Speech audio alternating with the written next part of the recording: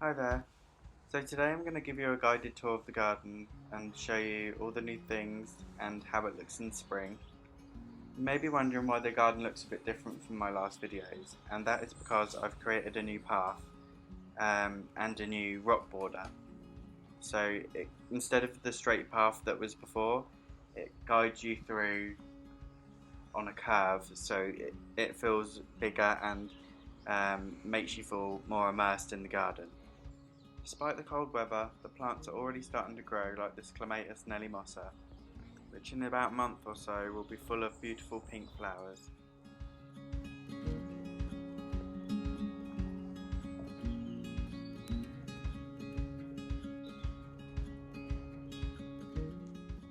I have three big pots here. The two either side are filled with gunnera and the one in the middle has a little tree fern in it. As you can see, the gunnera is already starting to grow and will get really big this year.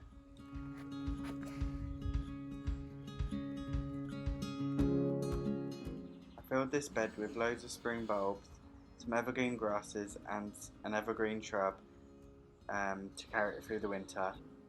I've also planted some hosta and some summer flowering perennials and two Japanese maples, so I can't wait to see how it's going to turn out later in the year.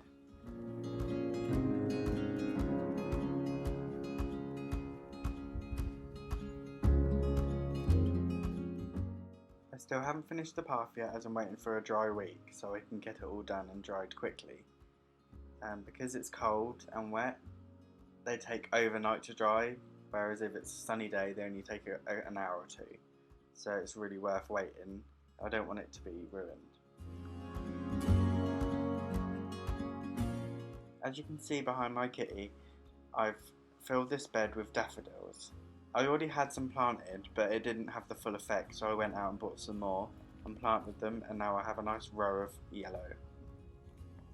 This plant's called Emeria. It gets nice purple flower spikes on in spring and has a moss carpeting effect in the winter.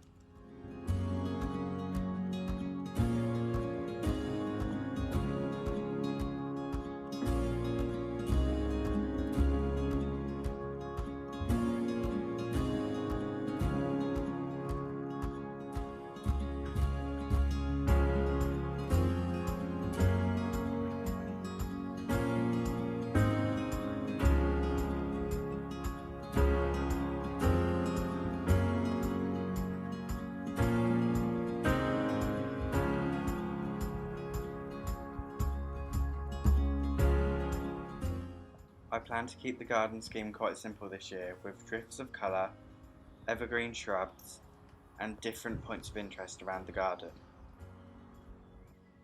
Drifts of colour are really effective in a small border or garden. It helps the eye to focus on one colour instead of lots and lots of different things going on.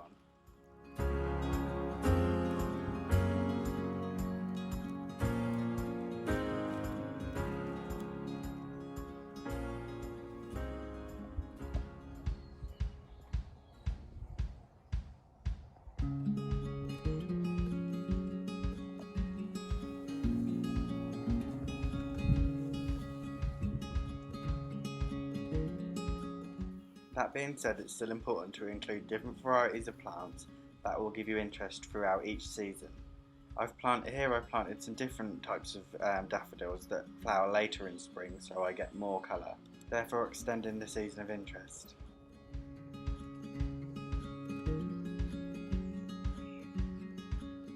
This bed this year, I plan on just adding 3 large agapanthus in front of the statue.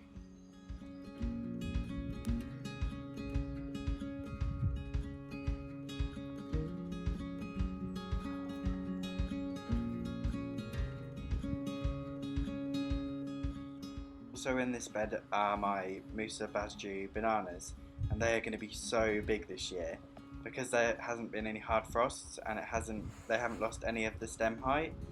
They're going to be really big, so I'm hoping they will tower above my head instead of in my face. The roses are already putting out some really lovely healthy growth. This is a good sign that spring is well on its way.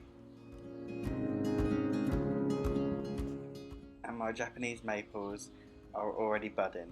I can't wait for these to get leaves. They always look their best in spring.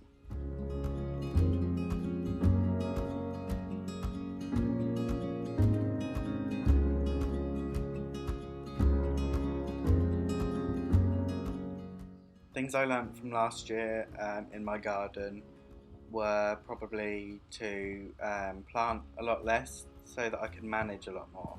It was really exhausting last year keeping everything watered and maintained, so this year I'm opting for a low maintenance, simple but effective planting scheme, which will in turn give me more time to enjoy the garden, and I'm hoping will still create the lush effect that I'm used to.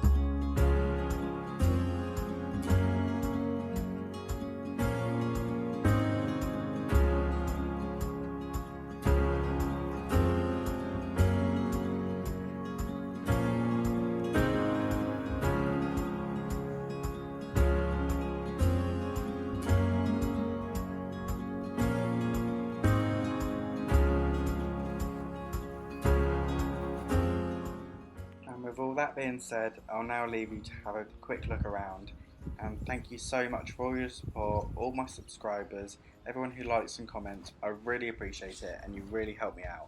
So I will see you all soon with my next video. I'll probably show you how my allotment's coming along, and I hope you all have a really nice spring.